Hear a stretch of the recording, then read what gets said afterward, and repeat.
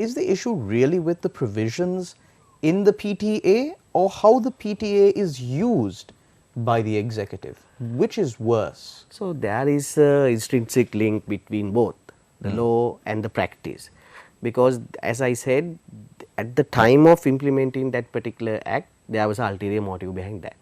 When it comes to actually the operational level, of course, that the real intention of that particular act was transpired by the conduct of the executive. So there is no scenario in which the PTA can exist and be used for its intended purpose instead of arresting people like the convener of the IUSF, who a majority really don't believe to be a terrorist in the true sense of the word.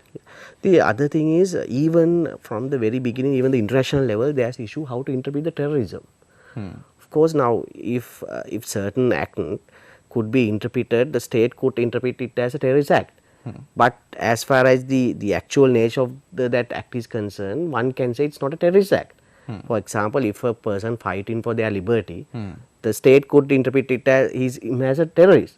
But when you go to the level of that particular person or his surrounding circumstances, it is not a terrorist act. He is fighting for his liberty. So therefore, the interpretation, giving an interpretation for terrorism per se is a we have to think very thoroughly, because actually you can interpret terrorism like that, because if that power has been given to the executive to interpret what is terrorism act, always it has been used to oppress the masses and for the benefit of the executive.